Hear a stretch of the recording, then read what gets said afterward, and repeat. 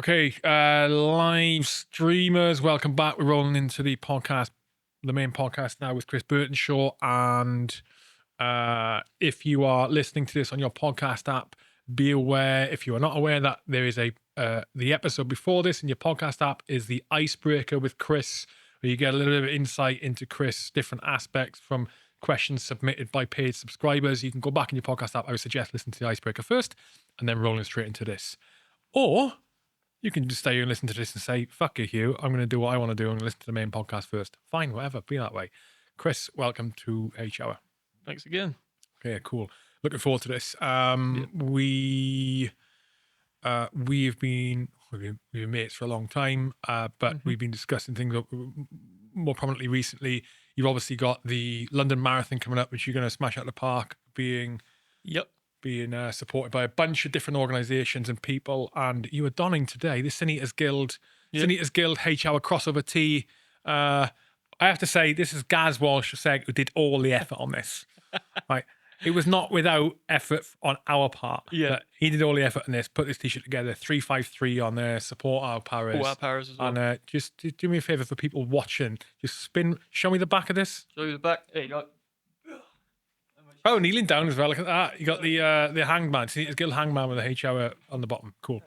Yeah, that's an ally teammate. So thanks to those organisations. We'll come on to the marathon and why you're doing it all that later on. But I think it's fair to say that who you are today was is predominantly down to how you were shaped as a person, serving with the paras in Afghanistan and experiences on that tour over 2010, 2011. Would that be fair to say? Absolutely, yeah, 100%.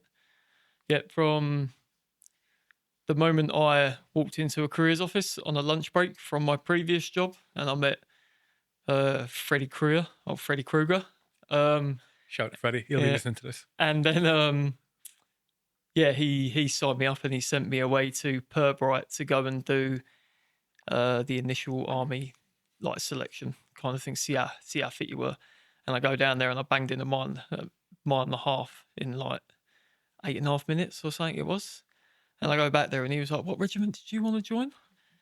And being a complete novice to the military, so I was like, "I'll go Royal Anglians," just because they're my local regiment and I'm an Essex boy. So I was like, "Yeah, I'll go Royal Anglians." He went, No, go paratroopers, mate. He went, "You're fit enough, just go do it."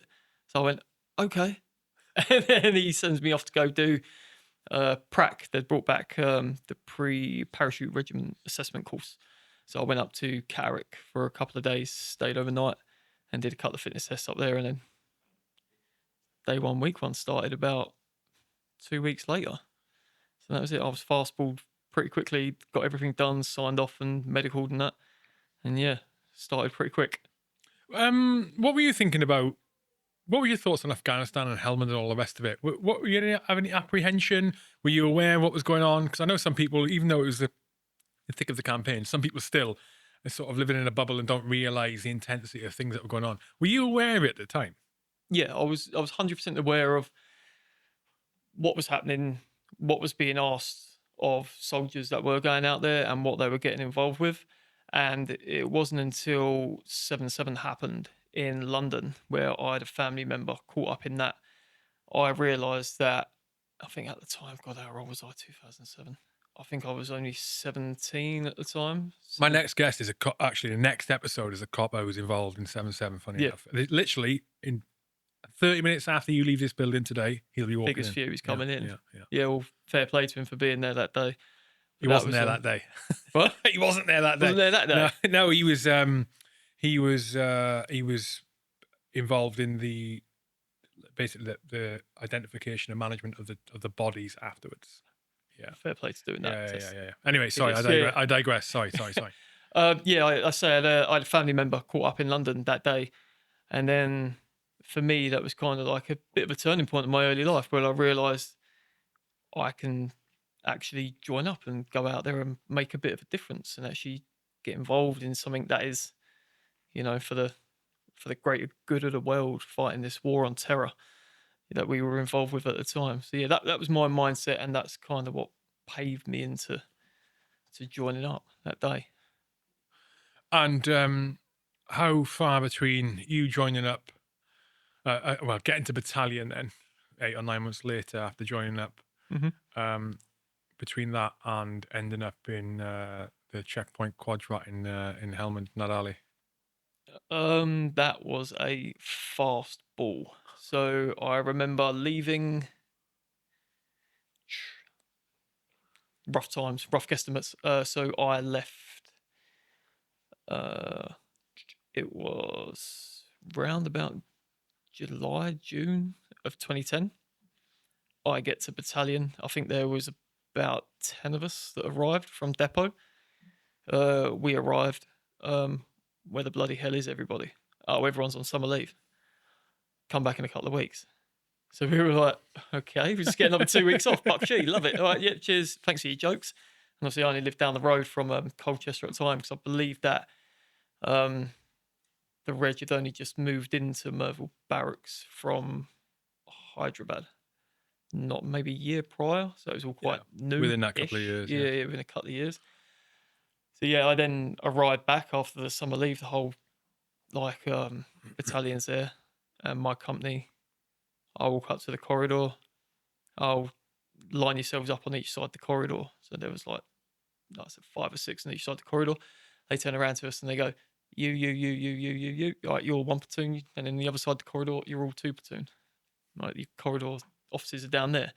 So obviously you walk down there. I remember the offices being quite cramped to fit a whole platoon of blokes in, as you did in the morning. You used to go up there. There were small offices. Well, I had 3 platoon at the time, didn't I? Yeah. I walked in there and there's 1 platoon office and there was Sergeant Groves in there. Say hello. Say hello. Don't say hello, do you? You're a new bloke. You sit there and do as you're told. You be quiet till you're spoken to. But I walked in and he was like, I need volunteers to go down the corridor because we just set up a new checkpoint. It's called CP Quadrat. So, like I said before, being a new bloke, you volunteer before you're voluntold. So this is the planning of the operation before we went out there, right? Yeah, absolutely. Yeah. And I believe Quadrat was stuck together very last minute, as you're about to hear for the kind of blokes that we had in the office at the time. But yeah, I put my hand up. So he was like, oh, great, cheers for that. Get yourself down the corridor because that's who you're going to be deploying to Afghan with.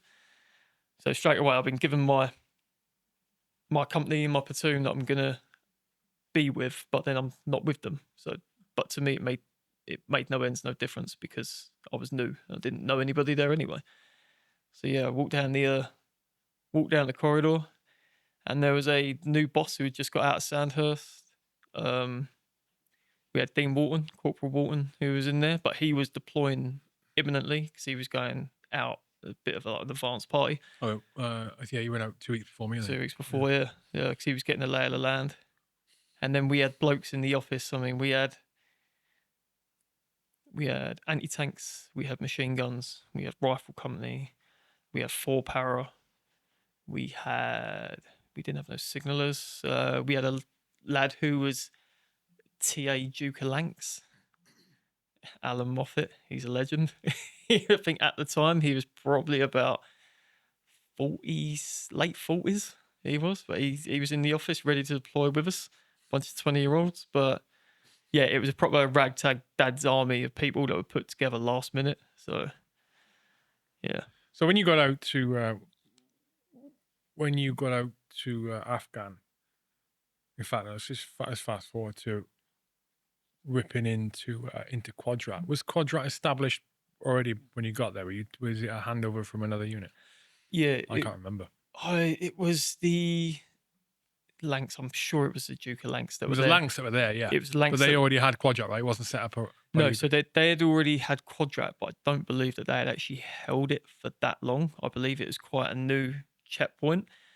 The issue for us was we were ripped. Like they were coming towards the end of their tour, like they'd done their 6 months, and I think they'd spent about, from memory, from what they were saying, they'd probably spent about a week inside the compound because they didn't want to go out, they didn't want to leave anyone because it was a proper kinetic place. Yeah. Where Quadrat actually was, you have the River Nebula that runs through Helmand Province. Quadrat was at a break in the river. So like a wadi either side, and there was a massive like tube that went under the ground, and there was like a break in the river to go across to each side of the wadi. And you had the open desert to the north, and then you had the green zone to the south of where Quadrat was. So effectively what you had the summer offensive that we were coming to the end of, ripping in for the winter tour of 10-11. You had the Taliban that would move north into the desert for their winter time, and then as they then started coming back from the summer offensive, they'd have to go out and back in through Quadrat. I'm looking at the map right now. Oh yeah. Yeah, as in the Google Earth now of that area. Yeah. And it's just a berm now. There's nothing in the. It's just a berm around the Quadrat. Oh really? Where Quadrat was, yeah. It's not, yeah, but go on. Yeah, and that was that. Obviously, as we found out, we got ripped in, and it only took a week or so before the contact started happening. So, but yeah, that was a good one. What was the first contact? First contact was I was 20 years old. I was a new bloke. Obviously, we've been ripped into Quadrat at this point, and that was an experience in itself. We were first time I've ever experienced anything like it, where you're shinnocked in the dark.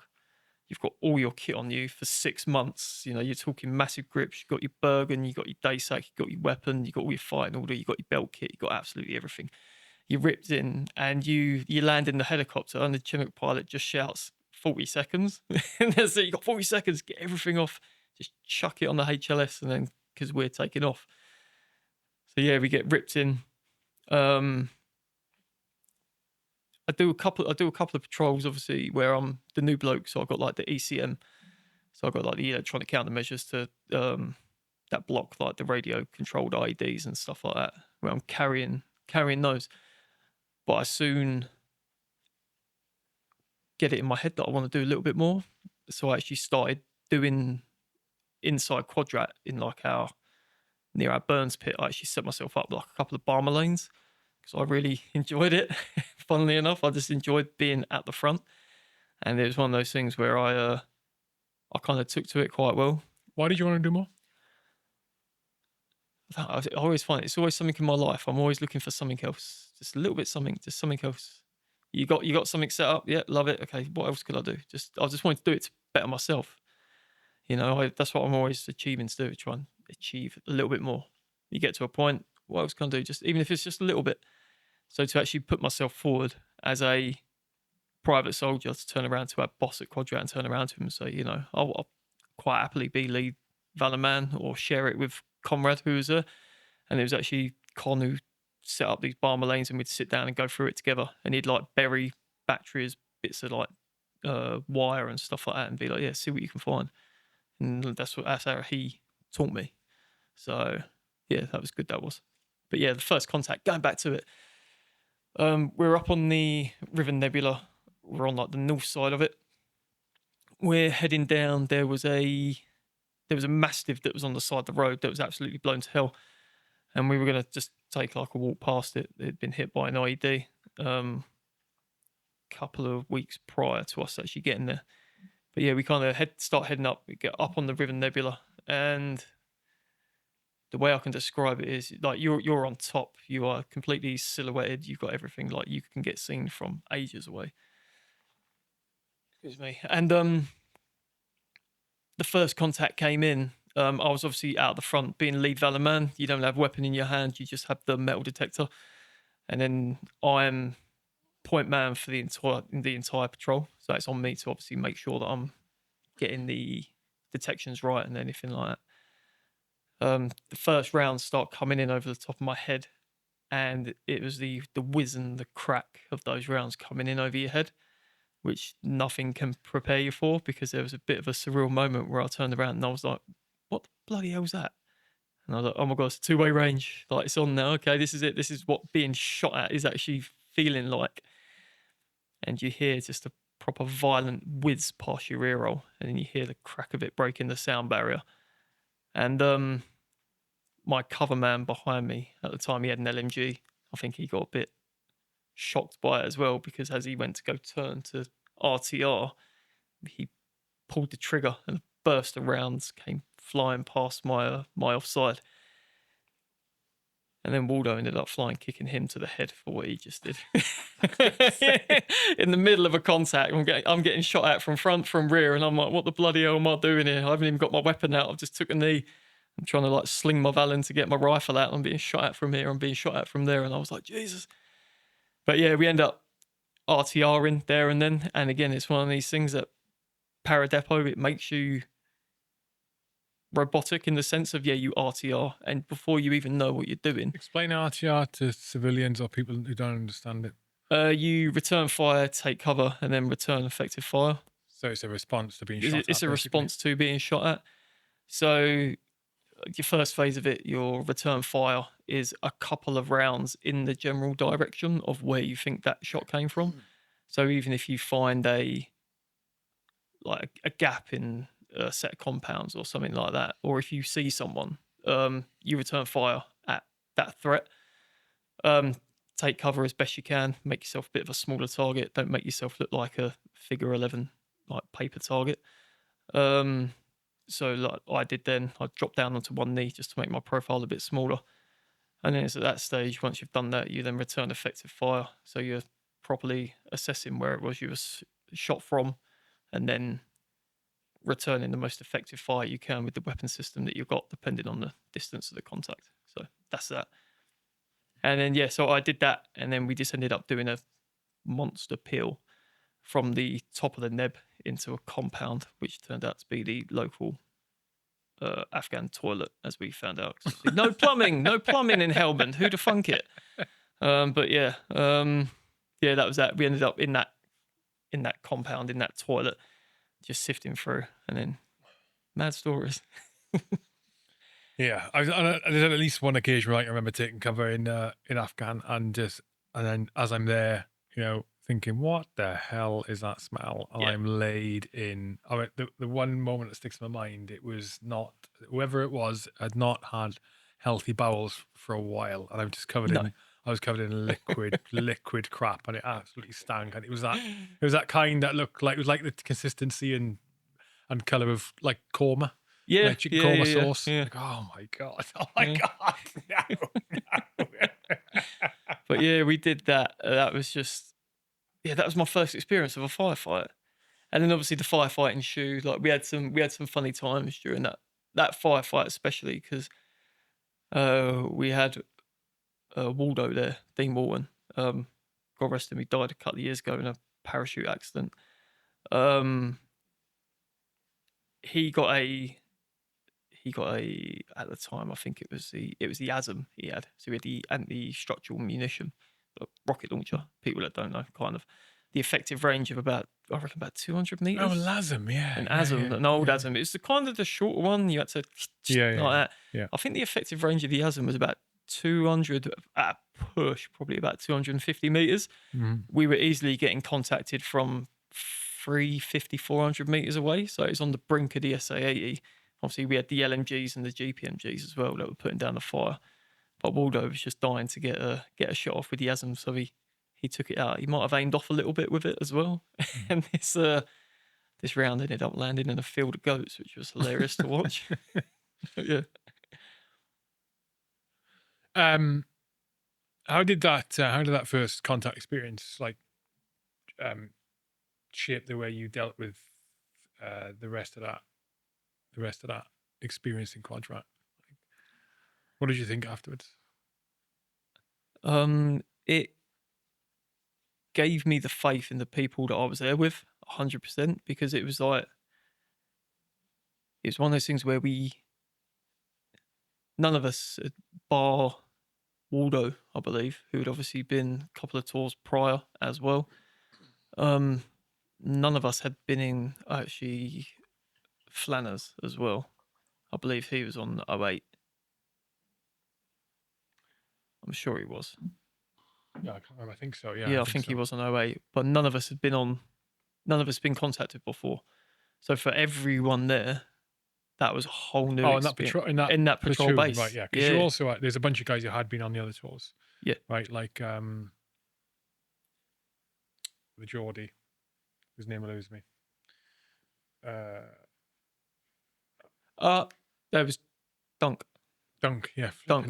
My memory. Yep. Yeah, Dunk Armstrong, and you had Jimmy there as well. Yes, yeah, Jimmy MFC, yeah. So there weren't that many in your platoon or section that had been on the previous tours then. No, all the Toms were green. Was Waldo the section commander? Yeah, so Yeah. Waldo was the section commander, and fair play to the boss who was actually there at the time. The boss was kind of straight out of Sandhurst. About as quick as I was out to Afghan, he was out of Sandhurst and put in charge of a platoon and stuck out at a checkpoint. And he was a really good bloke, because he turned around and he said, when we landed on the ground, he obviously introduced himself. We got into quadrat, he introduced himself, blah, blah, blah, blah, all this stuff. We have like chats and whatnot.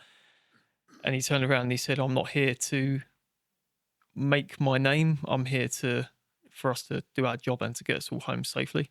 So he said, like, I'm going to be taking a lot of direction from Waldo in respects to the ground and how we actually deal with things, which is, it's massive for a boss to do that, isn't it?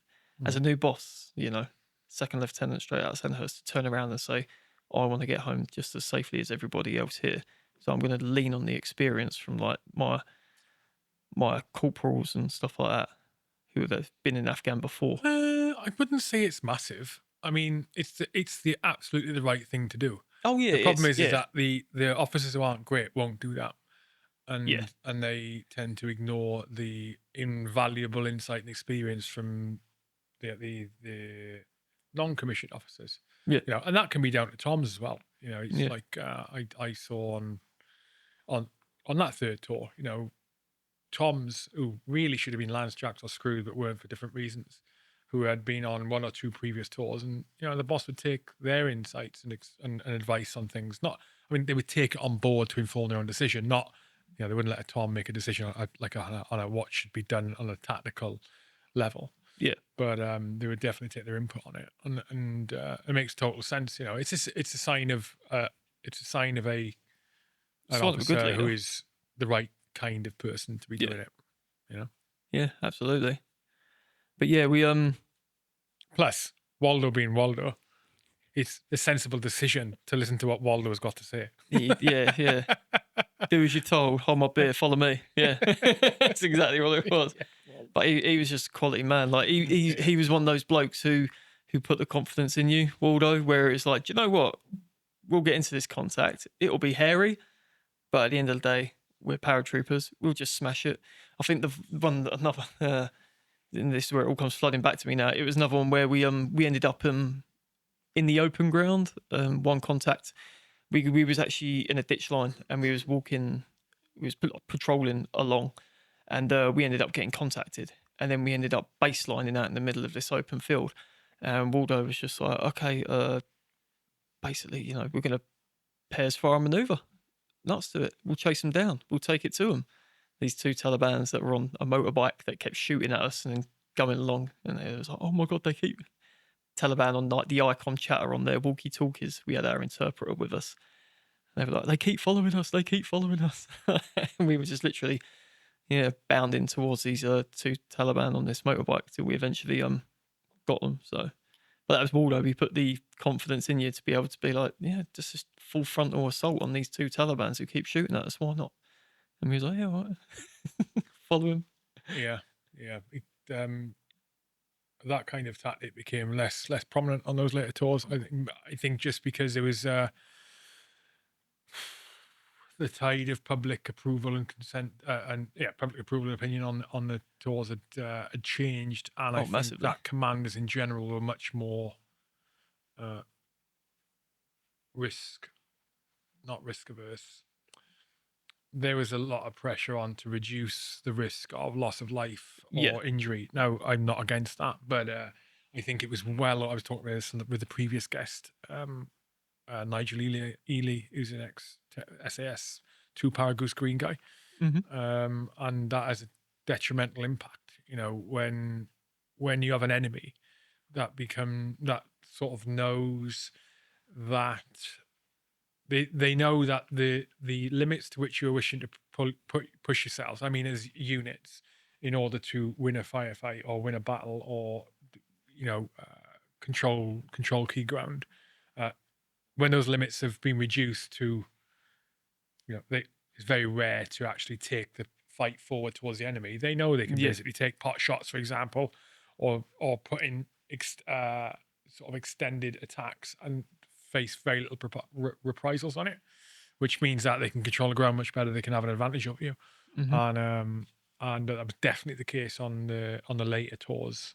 Not just 3 paras, there was people. It wasn't just us who went to Afghanistan. There was other units that went out. It was definitely the case. Yeah. In fact, the unit before us, before that tour you were talking about, they were definitely impacted by that. The way I saw them operating, because I went out in the advanced party as well. I went out 2 weeks after Waldo in the advanced party and spent time with that unit, and they were definitely acting in a way that I think was not the best way to achieve the mission. They were acting in a way that was giving the Taliban an unnecessary upper hand in many parts of that area of operation. Now, why that was happening, I don't know. Does that mean they were shit soldiers? No.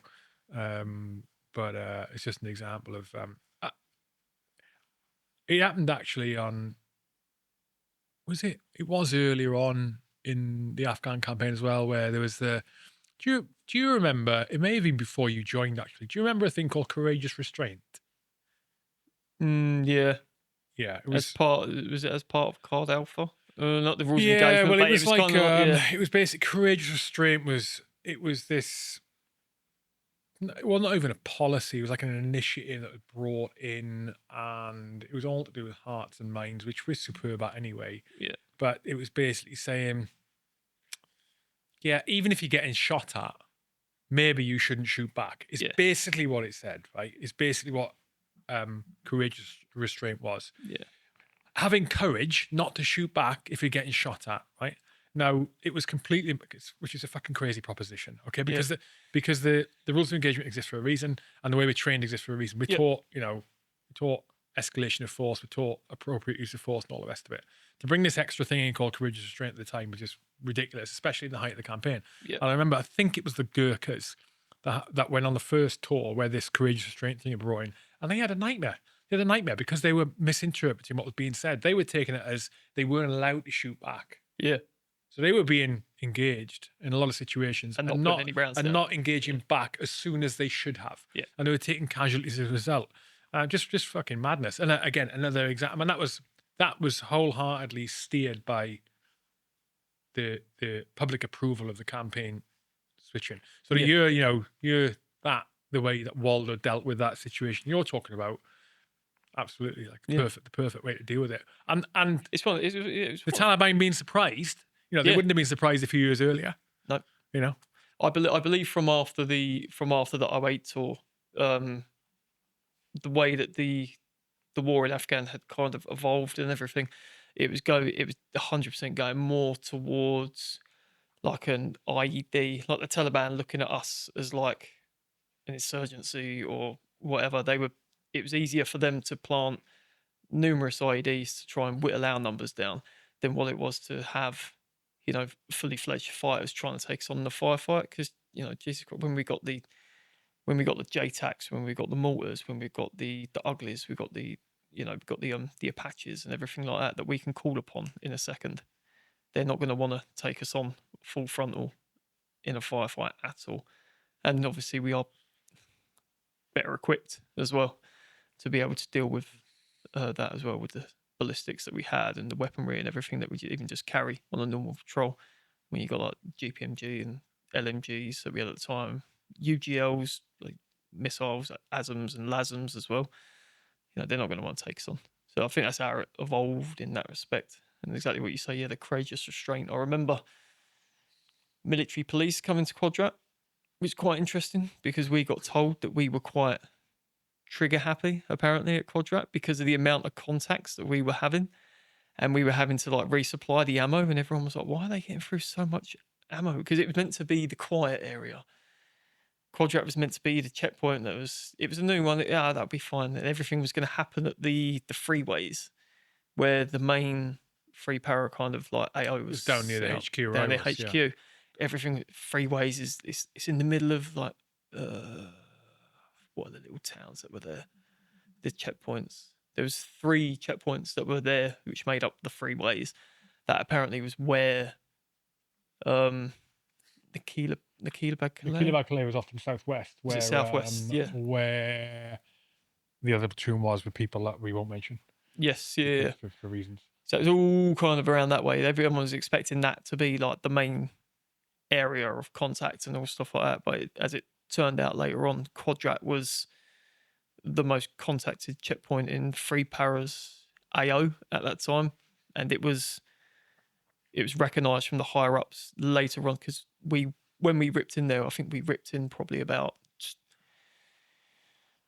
off the top of my head, the originals that went in, there was about 13 or 14 of us, and by the time you stick out a patrol of maybe 8 blokes, you had someone in the comms room, and then we had the Sanger positions around the base as well that had to be manned 24/7. So we had the Super Sanger, Sanger 1, Sanger 2. So that's 3 people taking up minimum. We used to keep 2 up in the Super Sanger, if we could. So yeah, that put your patrol out, 8 blokes, 9 if you're lucky. And that was every single day we were going out, we were getting contacted, and we were like fully, rotating the stag positions.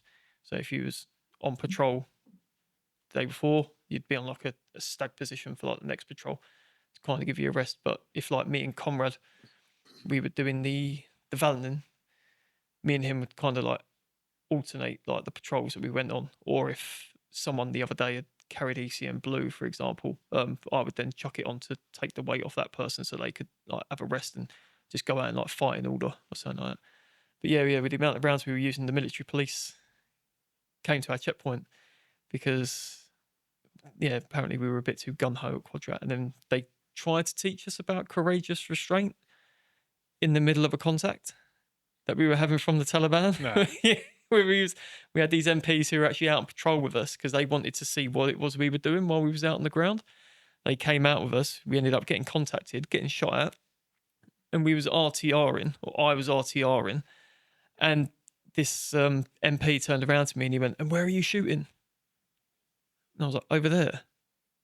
And he was like, "Have you been able to PID like an enemy?" I was like, "No, but I'm being shot at from over there, so I'm going to RTR in that general direction until I can PID someone." And he went, "Oh yeah, well, you've got to think about that, about where that round's going." Man, In the middle of a firefight. I'll tell a story, right? This is not to slate MPs, right? But they're hardly the people who talk about this kind of thing because their job is not fighting, their job is No. MPing, right? I tell you a story about an MP in the 06 tour, and I'm on the high ground, high in a building with my sniper team, and there's a guy, and this is just an example of, again, I've got friends who are MPs. Sorry, MPs, if you're listening, right? But there are things that we are great at, as in fighting troops, and there are things that you are great at, prosecuting fighting troops. I'm joking. I'm joking. Like, you're doing the police and stuff. There's an MP in front of me, lower building down, and there was a contact going on, and it was let's say to my friend, let's call that 12 o'clock. It was to 12 o'clock, that arc sort of between 10 and 2, that general direction. And we were trying to PID the enemy. So I was on top of the building with my half of my sniper team. We were trying to find the enemy because we didn't know where the shooting was coming from. Really hard. This is in Nausad. Yeah. And long story short, there's a group. It was 3 guys on the next level down, on the roof of the next level down, right in front of me. We're talking yards in front of me, and they were basically taking cover. And the MP kneels up and starts shooting off to like 3 o'clock position, like a 90-degree angle. Right. And I'm like, so he starts engaging. I'm like, what the fuck? And I look over to where he's shooting at, and he's shooting at our guys, Right. helmets on, mate, who are moving down. They're maybe 100 meters away, 200 meters away, and they're moving down along a building to get to their own vantage point. And the MP is shooting at them. Go, stay in your fucking lane, kind of thing. Yeah. It's like, there is a place for military police, but when they absolutely right, and there is absolutely need for military law, there's absolutely a need for investigating potential crimes and ignoring the rules of engagement and stuff like this. Yeah. There's a level to which they go. When it gets to the level that you're talking about, where you've got a military policeman or woman on the ground with a patrol, and you're actually getting shot at, and you're actually questioning how you are engaging. Now, it would have been different if you were returning rounds where it's a bunch of civilians. Massively, yes, of course. It's like because the first thing you do in the RTR, right? Because people listening to this who may be thinking, well, yeah, you're just shooting blindly at anything. No. No, you're not. The first thing you do when you RTR, that return rounds, it is instinctively shooting in the area that you were shot at from, but the first thing you do is you look. The very first thing you do is you look and you identify where you're shooting before you pull the trigger. Mm-hmm. There is no circumstance. There is no part of training. There is nothing that we do. This is paras. This is any other infantry unit. There is nothing that we do where you were taught shoot first, look later. Nothing ever is anything like that at all. You will always look into which way you're taught. And the reason being is because you want to avoid shooting people who shouldn't be getting shot. Yeah.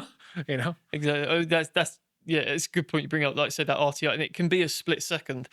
So like in that first contact, like it's like you when I realised I was getting shot at, it's kind of you look over in the direction, and I identified it was like a series of compounds, and before you then, like I say, I unslung my weapon, I brought like my rifle up to my eye.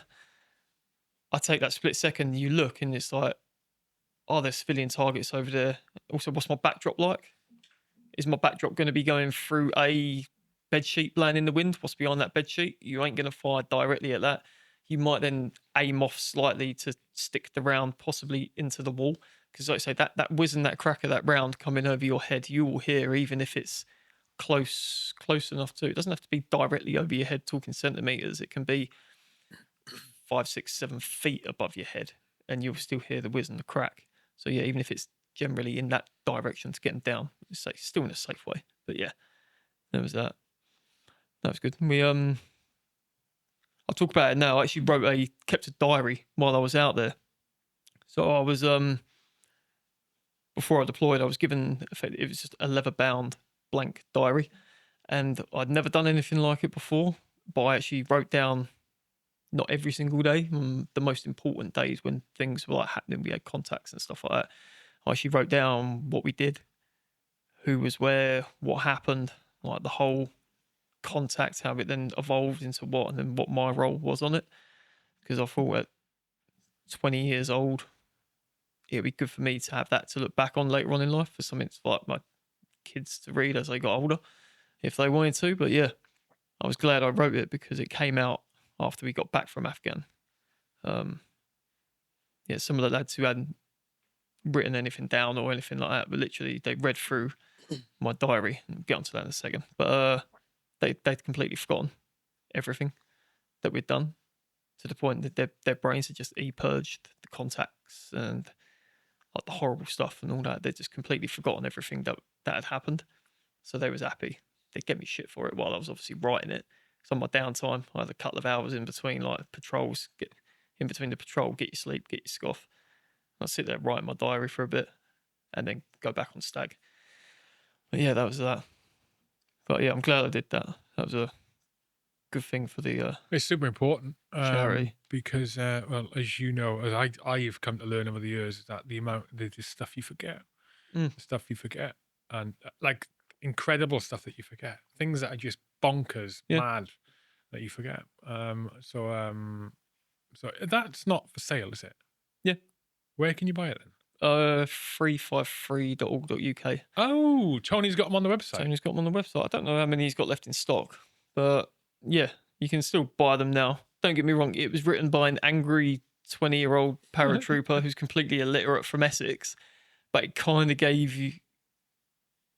I'll get onto how it came to be. Okay. But yeah, it's not written the best way, just because of my language. You know, I'm from Essex. I'm not the best. It makes it authentic. It does make it authentic. It definitely gives you the what the fuck's going on kind of thing, like we're doing this. And it gives it from a Tom's perspective as well, from a private soldier's perspective, where it's some days I'm gobbing off where I'm literally like, I write my diary and I'm like, oh, nothing to report, just stagged on today. Literally. And then it goes everything to the point where we was at Quadrat, we was heavily contacted that much. I think it then went up through the chain of command. They realised that, well, actually we need to get some more people there. These boys actually need some support. Where we were actually getting platoons of 2 platoon came down to help us out for a little bit, and then we had patrols then come down, and they ended up basically staying at Quadrat for a little while. PF and the AO as well, didn't you? We had PF in there. But yeah, there was a whole at that very start. I was just an angry retired paratrooper, and the wording in it is exactly that, which is say it gives it that authenticity about it. So, but yeah. What's the closest you came to? What's the nearest you came to getting serious injury or worse? The nearest I come to serious injury. Couple of occasions. There was what I found an IED in a ditch where everyone had actually walked over it. It was a command pull IED. So basically the detonator was attached to a bit of string, which was then run under the ground, and you'd have Taliban, however far away, who would just wait for everyone to walk over it and then pull Maybe the hiding detonator or out. hiding and watching it hide the command line and Exactly that, yeah. But that again, that was a weird one where we were literally out of Quadrat gates. We hung a left, and it was about 50 meters down the ditch, and it was in a blind spot for us, and we didn't know that blind spot existed until I found that. And then that was off to the west, right? Huh? That was off to the west. Off to the west, yeah, as if you're heading back towards freeway. Was that when the AMP just pulled the line? Yeah, I was there. I was on the ground when that happened. Yeah, I was on the ground. Yeah. And that was pretty sure I was. Anyway, I remember it. Yeah. It was really weird because obviously the farmers in the fields, they used to like string out their fields, so where they'd then plant their crop, their poppy, they would plant their seeds, but they'd use a string to string off their fields, and it was actually a bit of string that was going from one side of the ditch to the other. So everyone actually just stepped over it, thinking, "Oh yeah, the farmer's just strung his field up." And then as I've walked past, I've had a look at the string going across the ditch. I've had a look into the field, and there was no other string there. So I've shouted out, "Stop!" Get everyone to stop, take a knee. And I turned around to Dunk, and I think Dunk had the Valen on him, or might have been our MFC. They've come, run down, they've gone, "What you seen?" And I was like, "There's literally string going across the ditch here." And they literally go in, "Oh yeah, there's high metal content there." Yeah, fair enough.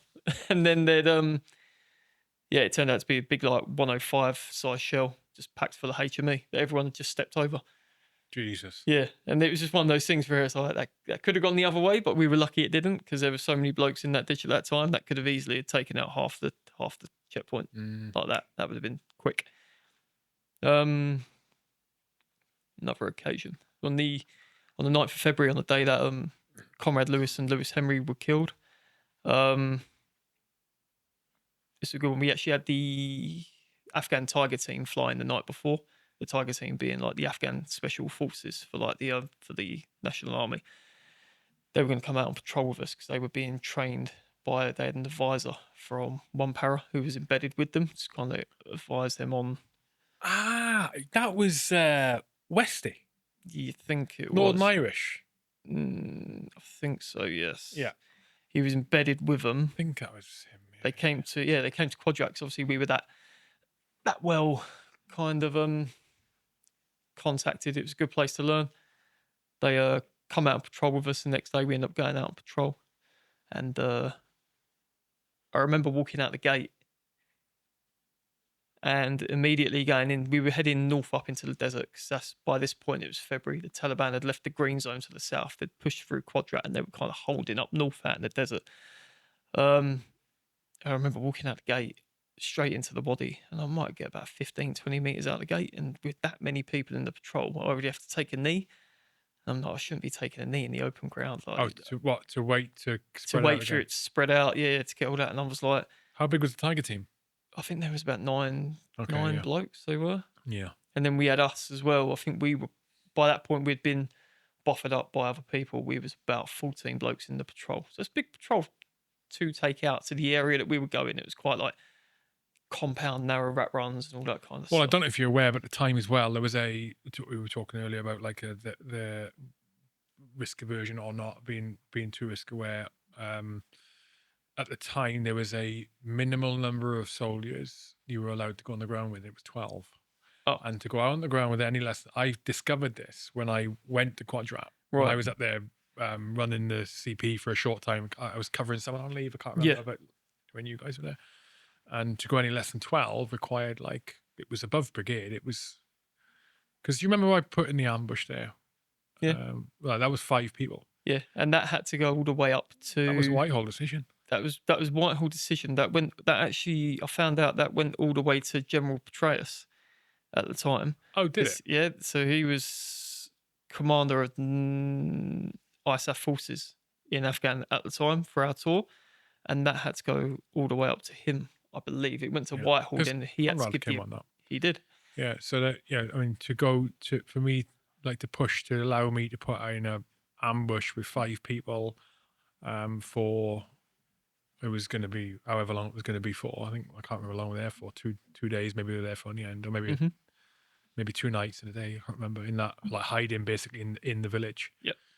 Yeah, just to go in less than 12, which is madness. The point I'm trying to make is crazy. It's like you should just be able to make these tactical decisions and go to the number of troops you need, as opposed to being a minimum of 12. When you go to a minimum of 12 and then you get an attachment of another 9, for example, Exactly. Tiger team, Yep. that's a 21-man patrol. That's a massive patrol. Yeah.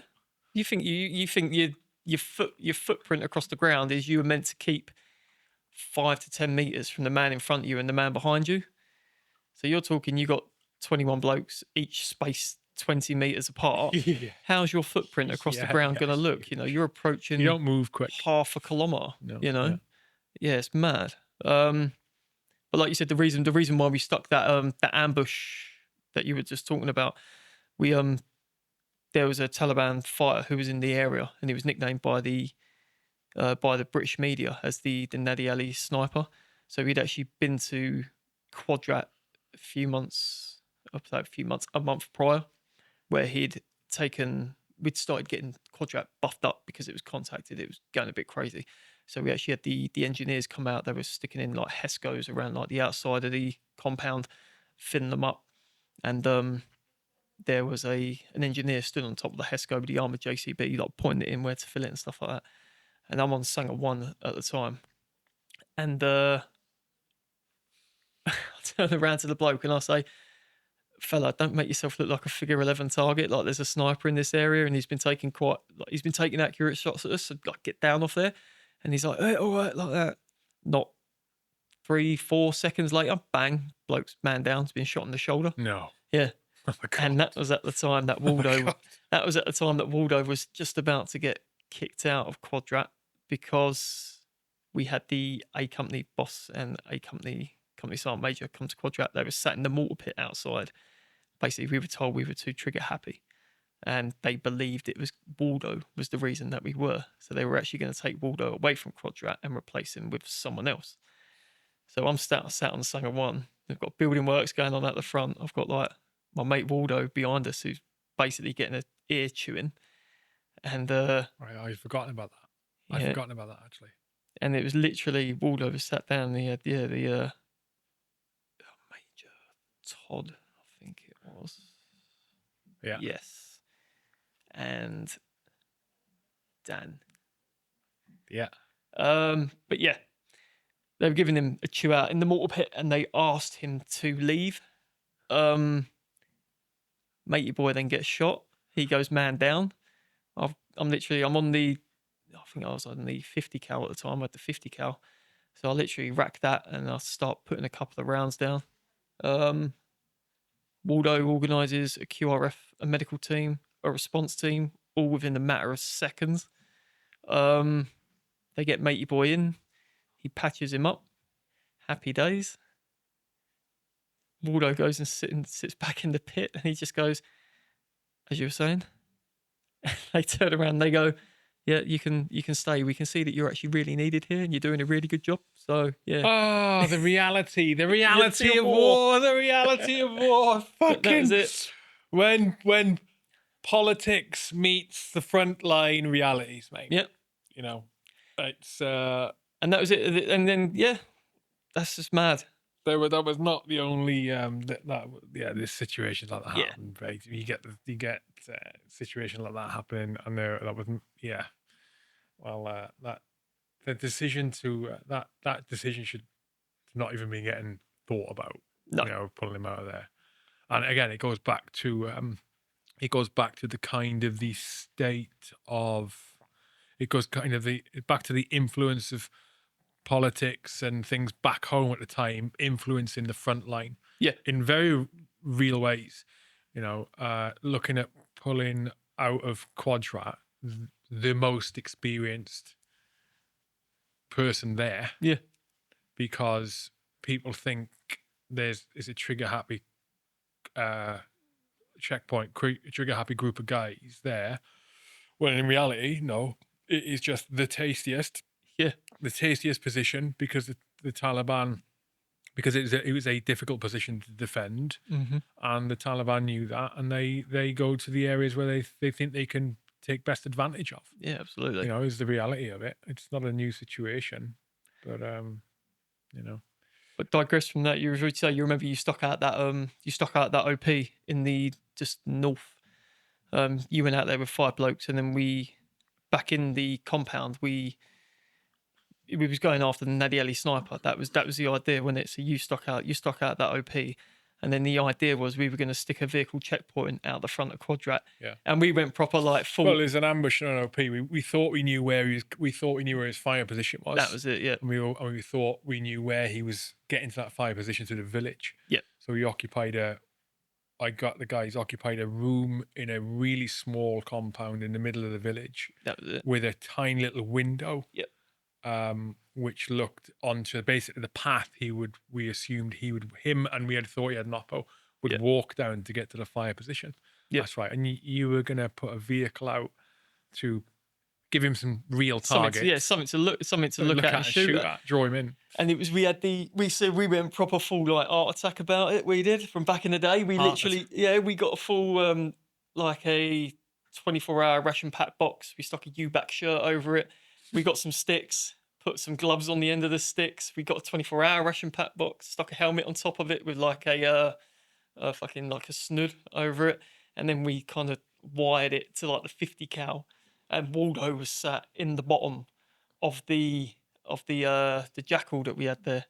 And obviously, so the idea was, we stick out the VCP, and Waldo was in the bottom, just like rotating around like that, having a little look up and down. We were just trying to draw out that sniper, but that's where it was shot at. Yeah. It took a shot, but it didn't come from I think where we thought it was going to be, because Waldo then took a bit of fragment to his eye.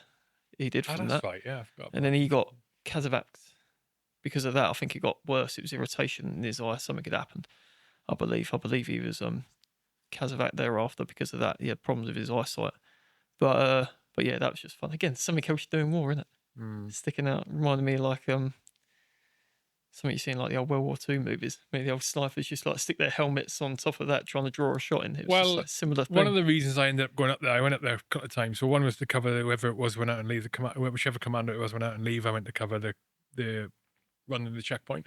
Yeah. And then the other time was because when that Nad Ali sniper was giving you problems, Waldo had, because I was down at the HQ in Kamar, down in that other village, down south of Three Ways there. That was it. And Waldo had contacted me to ask advice on how to basically find a sniper. And I can't remember we did it. I think it was, remember there was that text where you wouldn't know. There was this like text messaging system. They had like a commuter system. I can't remember how we did it. Anyway, we had a back and forth, and I because we had none of the technical equipment there at the time, which could literally, electronically identify where shots are coming from. Didn't have that at the time. No. You had the mortar fire. You had the kit. You had the kit at Quadrat, I think, that could identify where mortar fire was coming from, but not shots. I think towards the end of the tour, I think we got the boomerangs. Was it they were called? So something like that. They weren't great, but he was asking me what could they do to try and identify where the shots are coming from the sniper, like specifically where. And we had, the advice I gave him was back to old school stuff that I'd learned about from reading about Second World War tactics, right through to Korea, right through to Vietnam, like basically sniper tactics, spotting snipers, basically.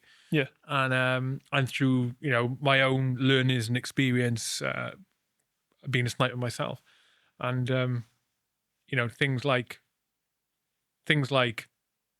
having a dummy where you want the sniper to take a shot. You want him to hit the dummy. Yeah. But the dummy needs to be, like the head, for example, needs to be constructed so that after the shot is taken and hits it, you can it sounds ridiculous, but you can stick a straight stick through the two holes of the dummy, and it will generally point in the direction that the shot came from. As one example. Another way to do it is, this is the advice I gave to Walden, the Super Sanger, is you basically get 2 pieces of plywood, right? So you fashion two like sheets of ply, not ply, but 2 sheets of flat wood, which was available at the time, and you put those together and form like a hollow tabletop, for want of a better word. Yeah. Yeah, so there's a gap in between. You dangle that. What I suggested to Waldo is you dangle that over the side of the Sanger. So again, you're encouraging a shot to come in by a dummy in the Super Sanger or whatever. You encourage a shot to come in, but because of the skills of that sniper, it wasn't super duper, and people drop shots. A dropped shot got hit into that plywood. Yeah. And as you got, so you could stick a stick through that, for example. There was loads of other things. Like I can't remember the other things I suggested to him. I think it was going back from you. Is like the old school, like 2 snipers going at it.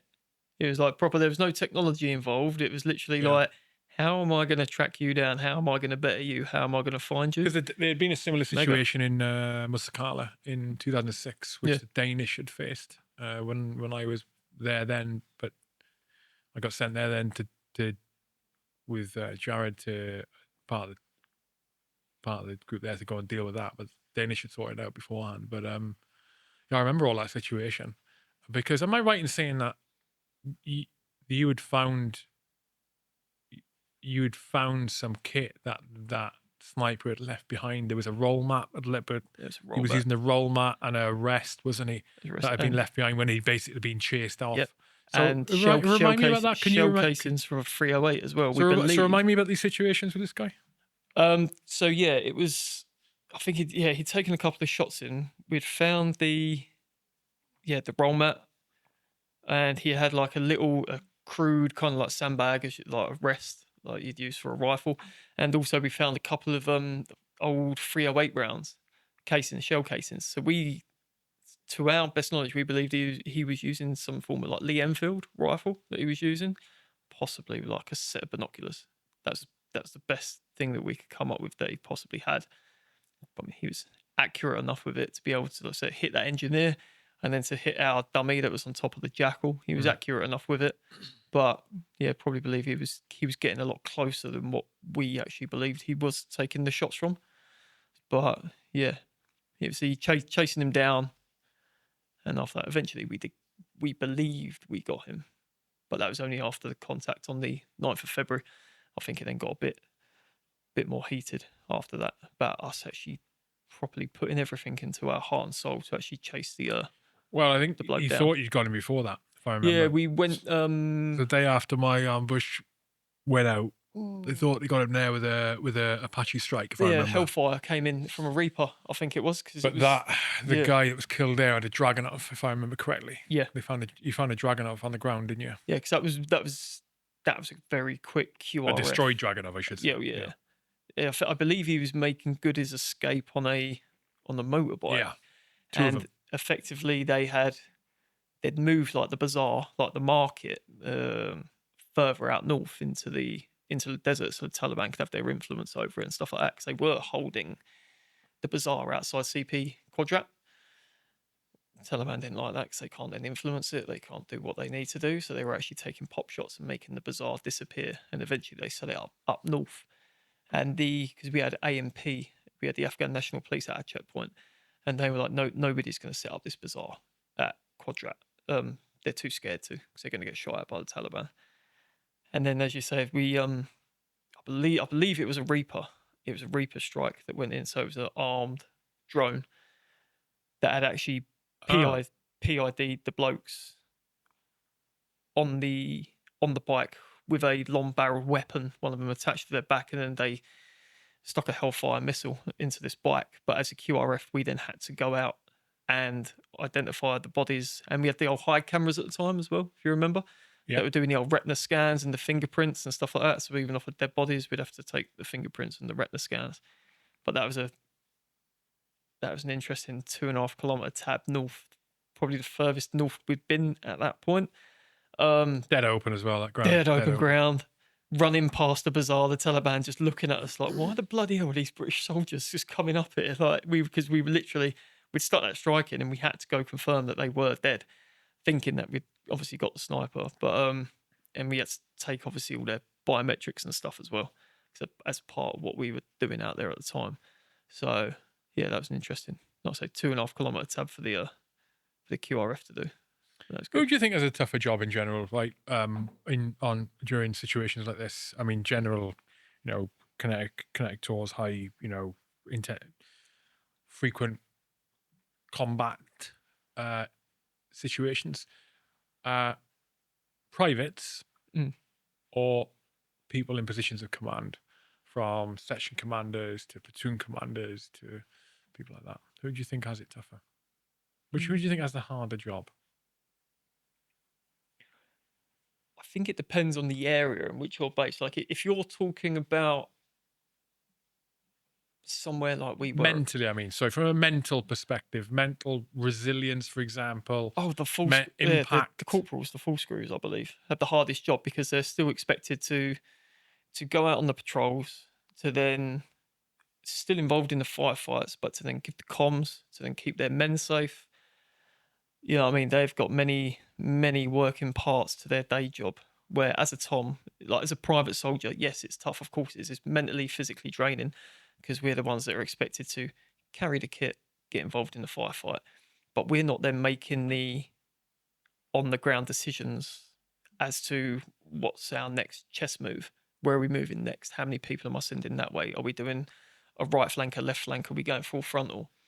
Where the full screws like, and the lance jacks on the ground who have got to make those split second decisions. Yeah, they've got to make those split second decisions on top of being involved in a firefight as well. So that's what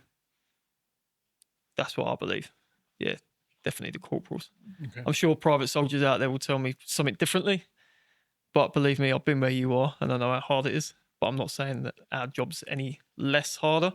But I just believe that the corporals have like I said, the many more makings and other things that they have to take into consideration in a kinetic. Yeah, one of the reasons I asked is that it's often occurred to me that for privates, so actually during those times, during the entire tour, for example, your experience is that entire tour, privates don't have very much to occupy their mind out when they're not in a combat situation. No. So, you can. I think it's a lot more likely that things like fear can creep in and influence your motivation Yeah. to be doing what you're supposed to be doing. Does Yeah. that make sense? Yeah. I can see. Yeah, I can definitely see how that might then creep in. But I would say where we were at Quadrat, where we were so undermanned for quite a long time, we didn't have the opportunity to sit down and have ourselves to ourselves, to have our headspace. I didn't once think while I was out there that I was going to get hurt or that I was scared while I was out. I was in certain situations, of course I was, because stuff was very close.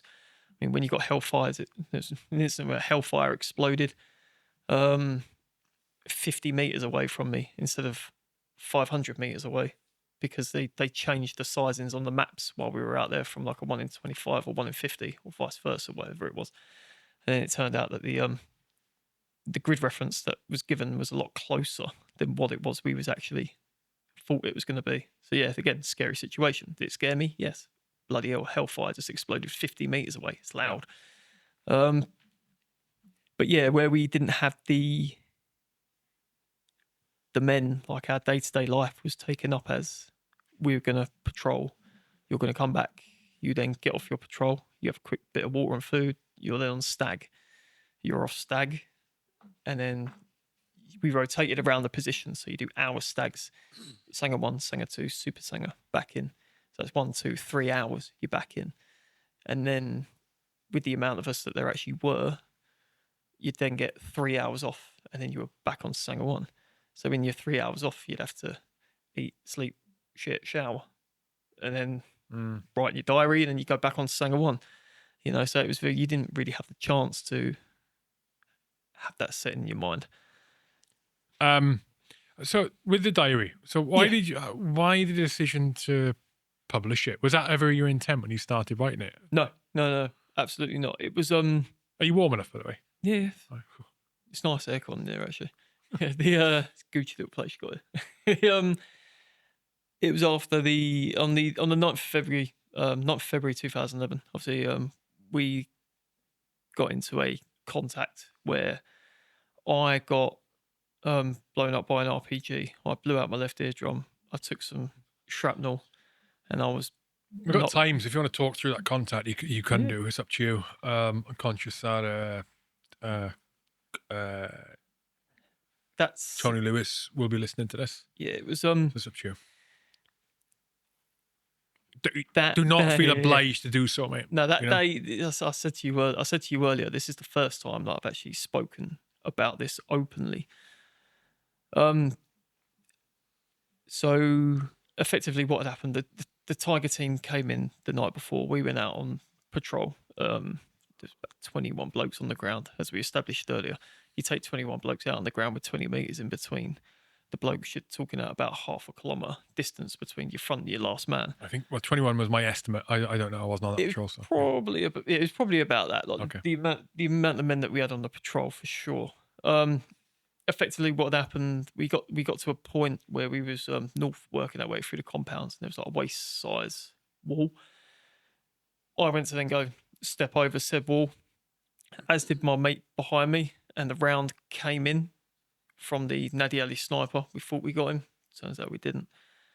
The round came in, hit the wall, threw me back on the floor. So I was like, fuck, that was close. And everyone was like, shit, is it man down? Like, it was like, no, we're fine. The next round that then comes in is the round that killed Comrade Lewis and Lewis Henry. It was one round that took them both out, unfortunately. Massive firefight then ensued, where I ended up taking a RPG-7 back blast to the face, and an RPG exploded, and it just went all hell for leather. Obviously, we did the best that we could for the boys on the ground while they were down, where the medic was straight on top of them.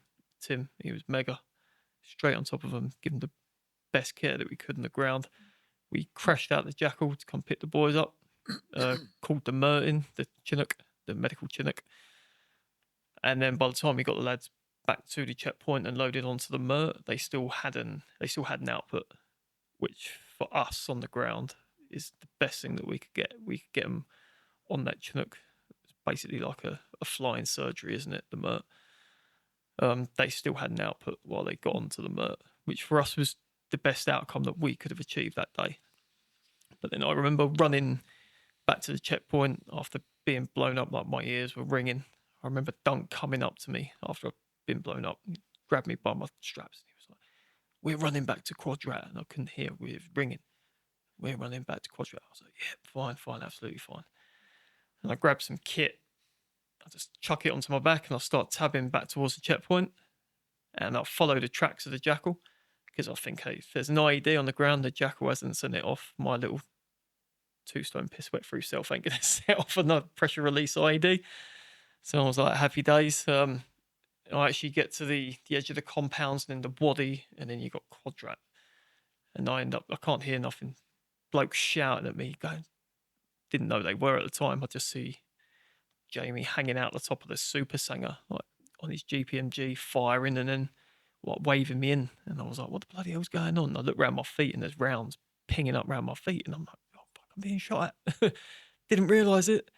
But I looked over my shoulder, and everyone behind me had stopped and was getting into a contact further to, as we look at Quadrat, further to the east, and they were getting contacted from over there. Because I couldn't hear anything, where I'd just had my hearing blown out, I was just running across open ground on my own, and I'll just get back into the back gate of Quadrat, and I just collapsed basically. So yeah, there was that. So that was the big changing point of my life, was that day. I still think about that day daily, every single day. No matter what's happening, there's always a second in a day where I think, oh yeah, I remember that. And that's because I was later diagnosed with PTSD because of that incident. And it's not, PTSD it's hard to explain, because it's not like you see in like the Hollywood movies where you got your Vietnam vet, you weren't there, man, all that kind of stuff. It's not. My PTSD was kind of diagnosed through like survivor guilt, where that first round that came in, hit the wall, was meant for me. But then that was the round that then made Matey Boy adjust his aim and take the shot at the 2 boys, which then got them. That's how I attributed that scenario. It's my fault, even though there's nothing physically. Is that what you think consciously now?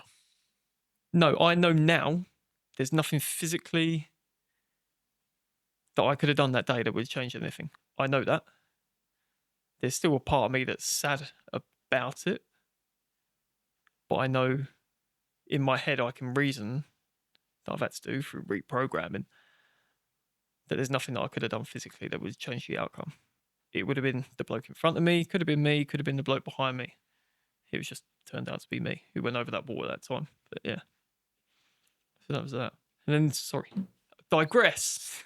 The diary. So from that contact, obviously, Comrade Lewis was the 353rd. Lewis Henry was the 354th British soldier killed during the Afghan conflict. And Tony started the charity 353 for his son Comrade. Just shows that 353 isn't just a number, it's a person. And that's what it was. Because in the news that time, it was always, another 6 British soldiers were killed today, bringing the total up to 150, 159, 162. That's how the numbers were getting put out. And it's not just a number, there's a person behind that number. And that's what 353 was brought out to do. So Tony started it and started building something really quickly, quite amazing. It got a lot of, obviously, good publicity for what he was trying to achieve with it.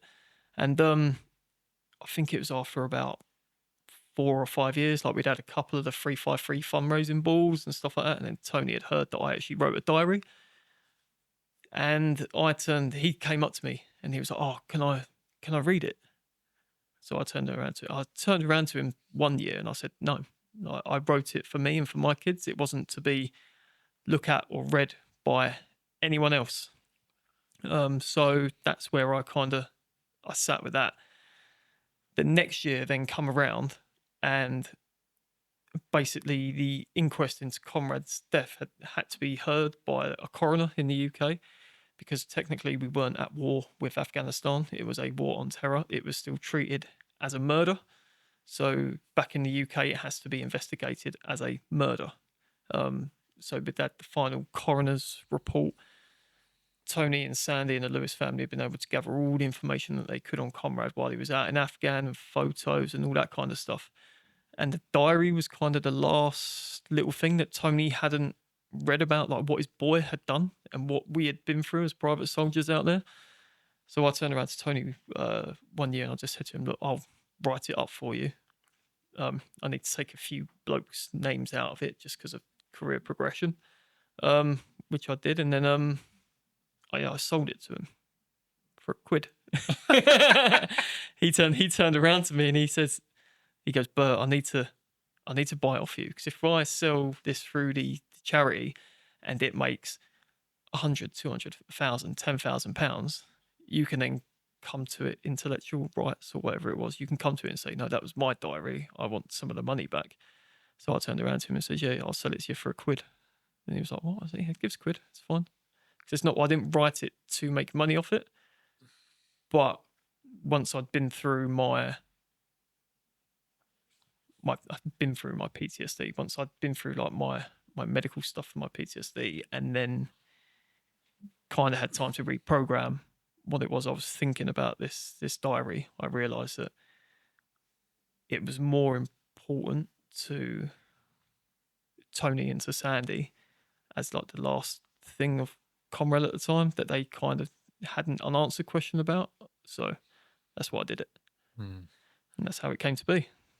Got a good question you in the live stream chat. Yeah. So what were people's reactions when you said you wanted blood for the book? Because the cover's got, what were the reactions?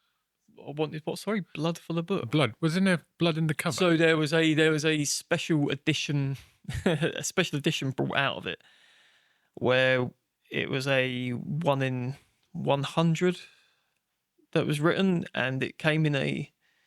Tony had been out to Afghan quite a few times, so what he'd done was he got some local Afghan bloke to make up like 100 ammo tin kind of things, effectively, and they were like special editions of the book. where the lads from Quadrat had gave like a pinprick finger of blood, or every one of us given like a prick of blood, and actually put it in with the ink that was then written as like the special edition. And in that there was a copy of Comrade's dog tags, a special edition. It was like a red hardback version, and I think it's a 5.56 shell in it as well at the time, which showed the one round that took them both out. But yeah, there was that. That's how that then came to be. The giving our blood for it. And I said, back in my diary, literally the last page, I write on's quite profound because it says this place is in my heart and soul and my blood, like Afghan that tour is, which it is. Still carry it with you daily. You just don't realise it. When did the diary entries finish? What date? I believe there was actually a typo. When was it? The first one was kind of like a 15th of October. No, it's a lie. I haven't read it for that long.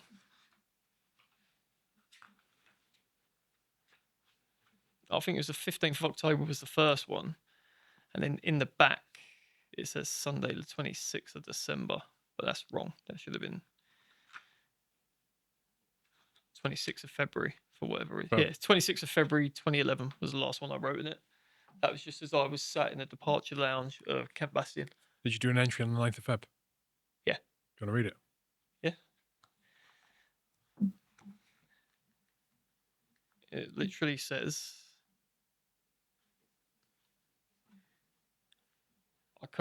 not now. I can't comprehend what's just happened. I just can't. That's it. Mm. And then it wasn't until the 10th of Feb, the next day, I actually sat down and felt like I had to write something down for myself to get out what had just happened as I went through it. But yeah. Good idea keeping a diary or bad idea? How did it help or hinder you? That's another question in the live stream feed. Yeah. Best thing that I've done, as I said, the lads that I was actually out there with, they used to rip me for doing it. Like my time off, instead of sleeping or eating, I'd sit there and I'd be like writing in my diary. But years down the line, they'd bought a copy of it and they'd read it and they went, we'd completely forgotten that we'd done that. We just done like, I've just read this day where I remember that. Yeah, we did the pill from hell where we ended up peeling for like 1.5 kilometers down the road. Like we forgot about that. We forgot about IEDs that everyone has stepped over in the ditch, and we forgot about like when we stuck out the VCP and Waldo was in the bottom of the Jackal. We forgot about that. Taliban jumping out of us from alleyways 10, 15, 20 meters down the road. People have forgotten that, oh crap, yeah, rounds were coming over my head while I was in the prone, returning fire. Completely forgotten about that. And it's because of the way that your mind does things to protect you from those high stress and high harm experiences, where the lads their heads have just been purged from all the bad stuff. But that kind of reminded them, oh yeah, for me, yeah, it'd be a good thing. Mm. Yeah. How do you manage your PTSD symptoms impact on a day-to-day basis? So mine was diagnosed 2012, I think it was. I was in patrols at the time, and I ended up rocking up, smashed out my head in front of Kiwi. Drunk. Yeah, that's how I was dealing with it, because I didn't want to accept what had happened, and it was only, I say, a short period. I come back from, because I was still working. Obviously, I'd come back from Afghan a month before everybody else, because I was Kazavat back to the UK because of my injuries. So I was taken out. That was another hard thing. I was taken out from the lads. We'd all just experienced this horrible thing, but I was taken to Bastion and then back to the UK while the lads were still together in Quadrat. And I remember I was sat on the bed and I'd broken down to TJ, who was there, and I had literally said to him, "Oh, typical. I feel like I'm jacking on the blokes. Like I don't want to go home." And he was just like, "Just go home and get yourself sorted because you're not going to be any good. But I felt like a jack bastard, as you do. Again, that was hard to deal with, being taken away from the boys after we'd just been fighting together for like the last 5 months. So yeah, there was that. Dealing with it, dealt with it in the wrong way, dealt with it in a paratrooper's way. It doesn't affect me. I'm a paratrooper. Blah blah blah blah blah. All that. Nothing can hurt you. Nothing can affect you. And it wasn't until that day I rocked up drunk to 8 o'clock in the morning to Kiwi, and he turned around to me and said, "You need some help." And I turned around and I was like, "I do." And then they got me into the mental health services at Colchester, where I can't remember my lady's name, but she was doing EMDR therapy, which was eye movement desensitization and reprocessing, where you take. She started off, she was like waving her finger in front of my eyes, and they use like lights as well. And at first, it probably took me about 5 or 6 sessions to actually get into it, because obviously I'm a paratrooper. Nothing can hurt me. Nothing can affect me. Turns out it did, but it was having, you kind of had to want some of yourself to kind of accept the therapy that you're being given and how it's going to help you. So yeah, it took me about 5 or 6 sessions where I was like, she's some crazy old binch just waving her finger in front of me, expecting me to feel better. Like, it ain't going to happen. And then I just remember one day I walked in there and she went, "Okay, we're going to do it again. Like, look at my finger and close your eyes, and what are you feeling?" And it was like, fuck, I remember. She was like, "Right, we're going to talk through what you did that morning, how you woke up, how you prepared for the patrol, and up to the briefing." And I was like, "Yeah, I remember waking up, went for a slash, come back, I got dressed, cleaned my weapon, make sure it was oiled," and it was like everything was just so clear. It was like I was reliving it. I remember what I had for breakfast. I remember talking to the MFC. I remember talking to like con and that. I remember getting the ECM out and preparing the batteries and making sure that everything was charged up and ready. And I was like, "How mad's that? It's just worked. Like, it just, like, it's almost like it worked. My brain, it just took that little bit of time just to open that door for me to remember what it was that actually happened." And then she pushed me to a point where she was like, "Okay, no, we're going to stop it here today." So that was it. And then over like a number of sessions, it then became to you remember walking out the gate. Like I said earlier, I remember taking a knee about 15 meters, 20 meters out the gate and thinking and saying, like, "This is stupid. This patrol's too big from the area that we're going into, because we're too spread out. Like, it's not safe." So then, like, the round coming in, and then what it was that I did, and then the RPG going off and hitting me and all that kind of stuff. And so, yeah, it just took that time to break it down. And she was asking like the difficult questions, like, "Why do you feel guilty? Why do you feel guilty for what happened?" And I was trying to explain to her why I felt guilty. And then she was trying to put the what's the best way? She was trying to put like the knowledge to it, saying like, "Oh, there's nothing you could have done though." The context to it. The context to it, yeah. There's nothing physically you could have done to change it. But the thing was, is that I still held the emotion to it. So every time I thought about it, I would burst out crying. Whereas now I can talk about it without attaching the physical emotion to it. I still get upset about it, yeah, because it was a horrible thing that happened. But I can take away the physical emotion to that day, and I can talk about it. And this is the first time that I've actually spoken about it, which is why my voice is going a bit. But yeah, and on a day-to-day basis, like I said, it was such a big part of my life that day because of how it affected me thereafter. There's not a day that goes by where I don't think about that day and what happened, but I can just take the physical emotions away from it, and I can still carry on with my day. And it doesn't. I can detach that guilt from it now, which has helped me to. It took me a long while to do that, but I'm talking years. But yeah, now I can carry on with my life. But yeah. Yeah, it's difficult when a lot of the a lot of the mechanisms and the processes that bring about that feeling of that guilt feeling or that emotional response that happens that you can't control whatsoever. Yeah, Like involuntary, spontaneous crying.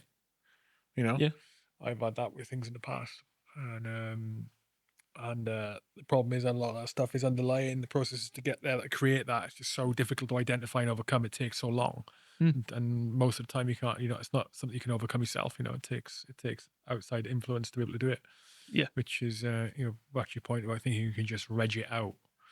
It's often not the case when it comes yeah, to severe um, mental health or mental states or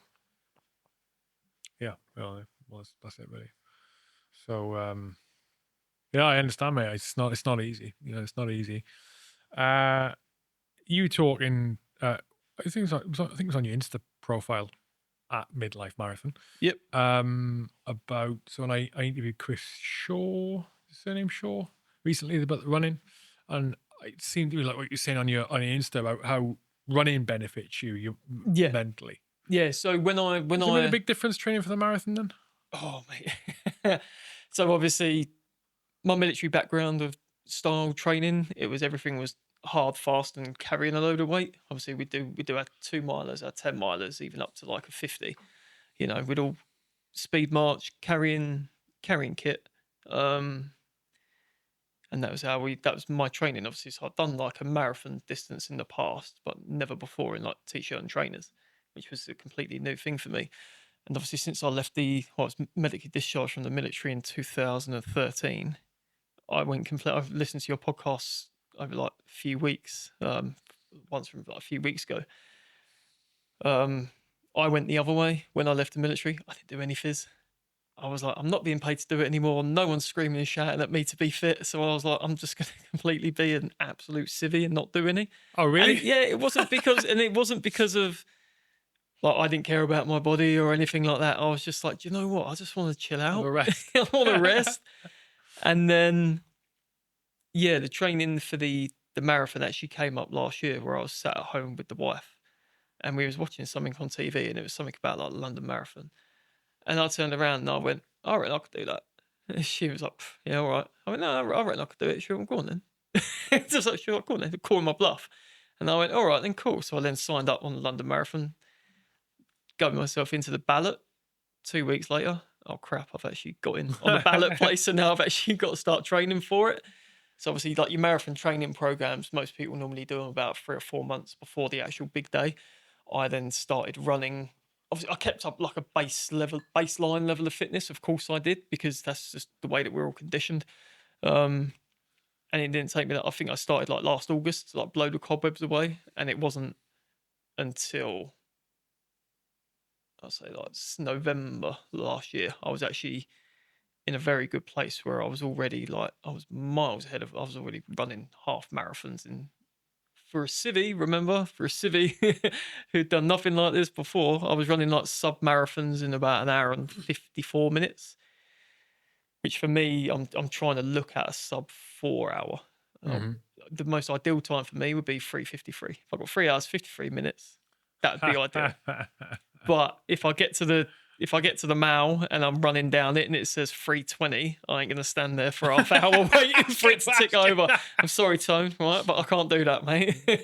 Yeah, I'm not gonna stand there for half hour waiting for the time to tick across. I'm gonna go for it. But yeah, when I started up the midlife marathon page, it was I remember I spoke to you about it a couple of times. I turned around and I was like, I gobbed off on my first video and I went, oh yeah, this is all going to be about nutrition, recovery, the training, blah blah blah, all about preparing for a marathon. And to document all that is hard. Like, I couldn't do it. I could not keep up with It's like um a second job, mate. yeah, with working in security and filming videos like constantly, I couldn't keep up with it. So I have done quite a few videos on it, which do show a lot of progression from like the start where I was running like 5K in like half hour, and then the 5K times have come down, massively. I think I went out the other day and did 5K in about 27 minutes.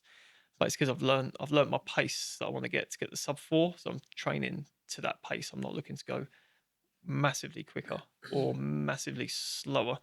So I've kind of had to, I keep all my runs to the same pace to make sure I'm comfortable on the day. Mm-hmm.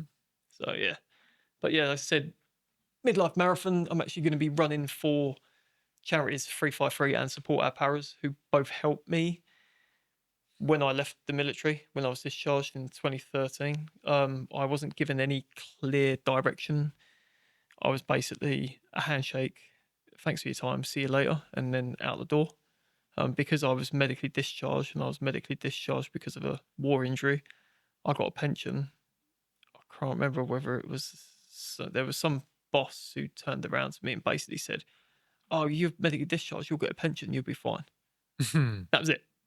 That was basically the extent of my exit It's interview. all about money. It's all about money. That'll solve it all. Ain't about nothing else that you've been through, or have you got anywhere to live?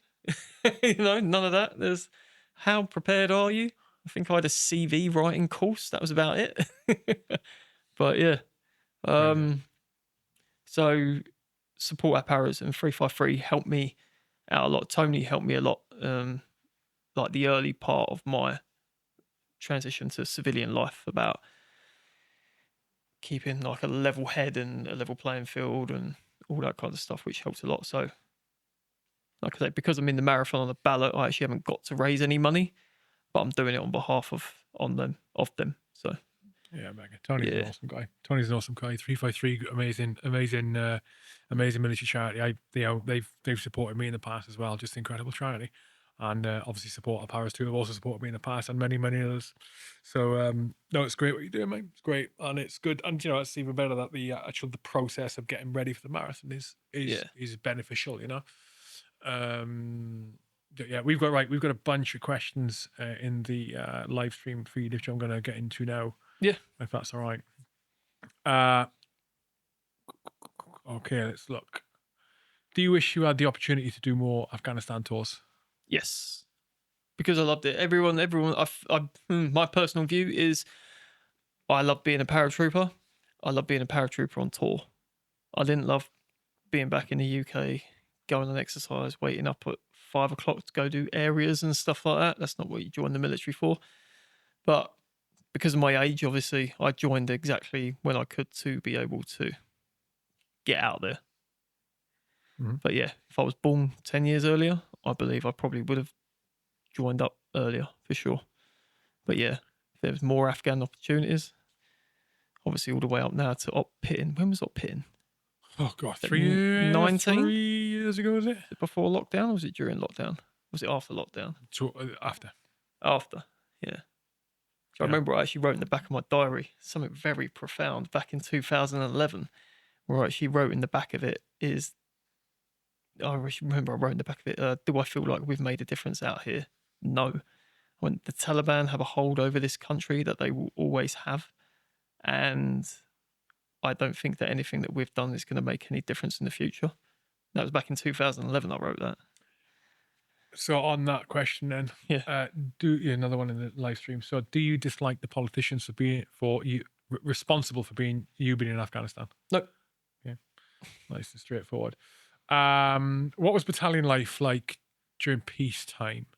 So after you came back, for example, and on that as well, how did you treat the new guys coming up who had not been on that tour? I didn't, because it's one of those horrible things. I didn't treat them any differently because I was still, even when I got back from Afghan, I was still very new. I was in less than a year, but I'd just been thrown out to Afghan. I'll say I've been in for longer than a year, but obviously I've been a battalion still less than a year. But I then went, my feet didn't hit the ground when I got back because I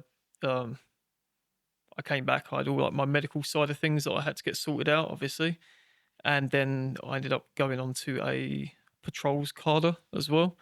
And then I moved across to D Company thereafter, which was one of the best things I'd ever done. That cadre was amazing. And then so I kind of went away from the rifle company side of things very quickly and into like the specialisms of like reconnaissance and stuff like that. which was already like those platoons are made up of mainly experienced blokes, which I enjoyed because you weren't treated as a new bloke, but the blokes there, they were older, wiser, and less, like I say, the rifle company side of things, where you had the majority of the new blokes going into like the revolving door of that. So yeah, I didn't really have that much experience with the newer blokes. Do you have any animosity towards the Taliban? Would you be willing to meet a Taliban fighter in person? Yeah, why not? It's one of those things. It's like we were there to do a job, and they were doing what they believed in. We no matter what way, if you look at it from their point of view, we're an invading force in their country. Whereas if you look at it from our point of view, we're there to get you out because we believe that you're making the world a worse place. You got two very different points of view, but you're both fighting for what you believe is right at the time. As some of the lads who were on op pitting, like I know a couple of lads that are still in that were on pitting, and they said it was the hardest thing ever to be stood there next to the Taliban after the last time they was out there. It was Kinetic and Herrick 13, and next thing you know, you're doing checkpoints with Taliban fighters, and it's like, this is really strange. But again, it's the way of the world, the way that it went. So yeah. Okay, next question. Do the military and political leadership take good care of soldiers? I believe now more. I believe more so now than what they, even to an extent when I was in. I don't believe the military foresaw the amount of mental health issues that were going to come as a result of Afghan. I don't think that it was almost like the British military's Vietnam in terms of the way that PTSD was identified and the way that it's actually come out.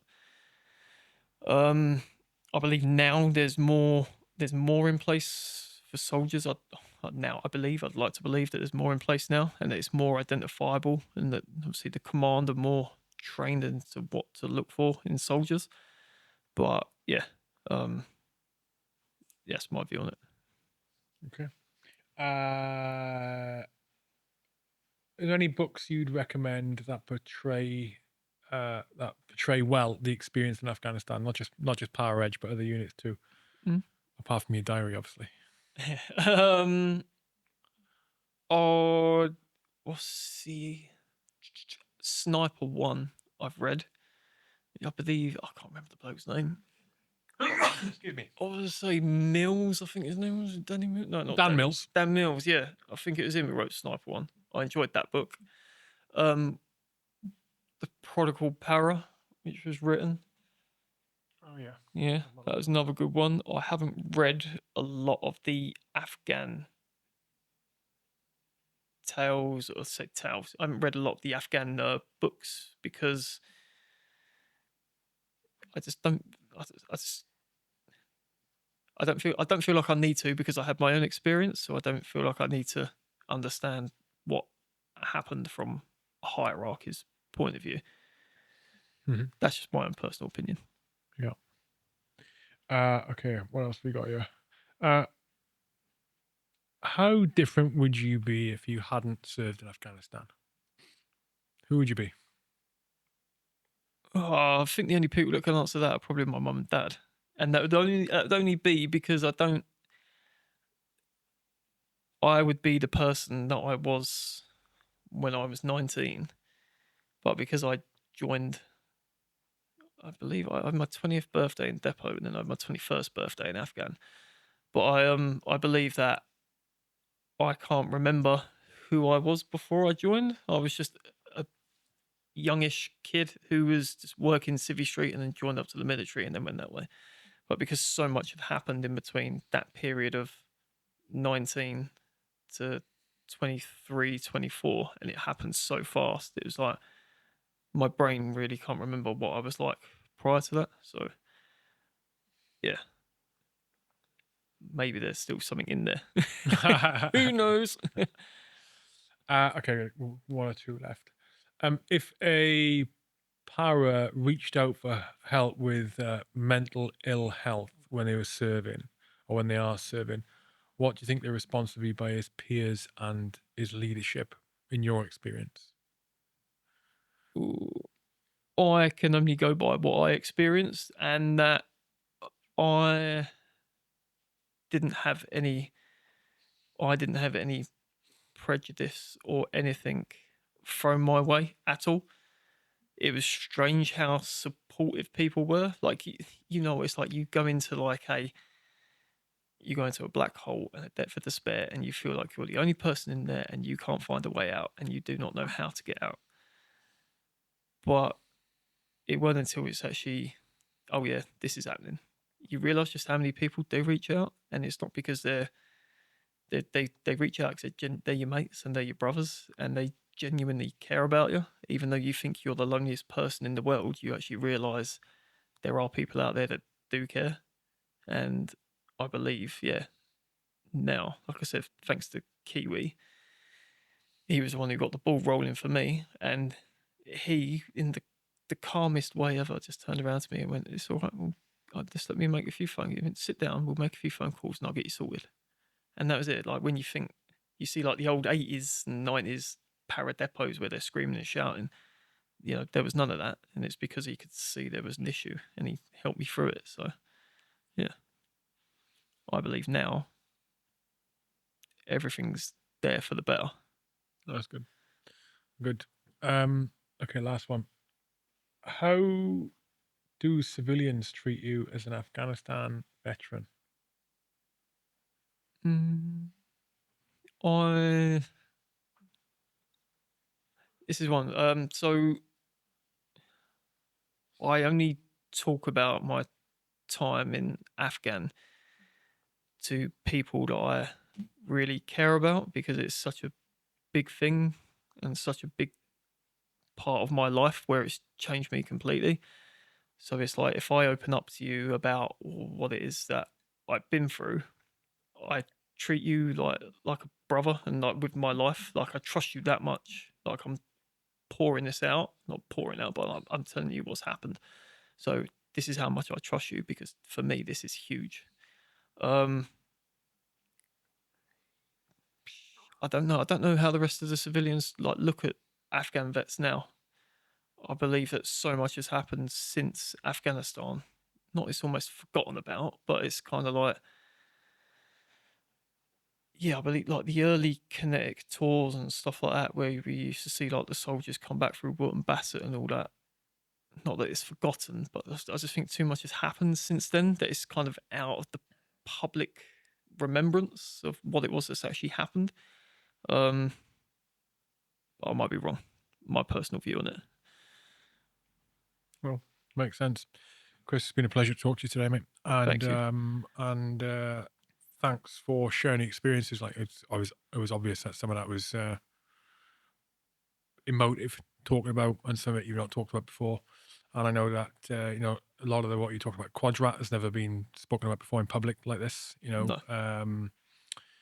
Even though I was there a few times, different periods during it, so much I didn't know. What you mentioned today. So thank you, and more importantly, thanks for fundraising for the charities Yep. from the marathon. So I'd say to people, you can follow Chris on Insta at mid_life_marathon, at midlife marathon. The two charities, the 353 charity and Support Our Paras, where you can just Google them and find them. But you've also got a GoFundMe page as well, right? Yeah. Just give him page. Just Giving, sorry. Yeah, just give him on. Oh, I forgot what I called it. Well, is the link on the Insta profile? The link's on the Instagram page. I'll put the link to it in the blurb of this podcast right now. So if you're listening to this and thinking, I want to go and donate to the fundraiser, which you should do, look in the blurb of this podcast. It's on there. Thank you. Yeah. Anything else, mate? Amazing. No, good. Thanks for having me. Thanks for the time. Thank you for letting me unload. That's mega. Thank you. Nice one. Good luck in the marathon, mate. Oh, yeah. Cheers for that. Yeah, thanks. What day's the marathon? What day is it? 27th of April. So 27th of literally April. talking just less than 6 weeks. So I'm out of here tonight, back home, and then probably out for another 10 miler. So Easy, mate. easy money. Oh, good luck with it. Right. Cheers, man. Cool. Nice one.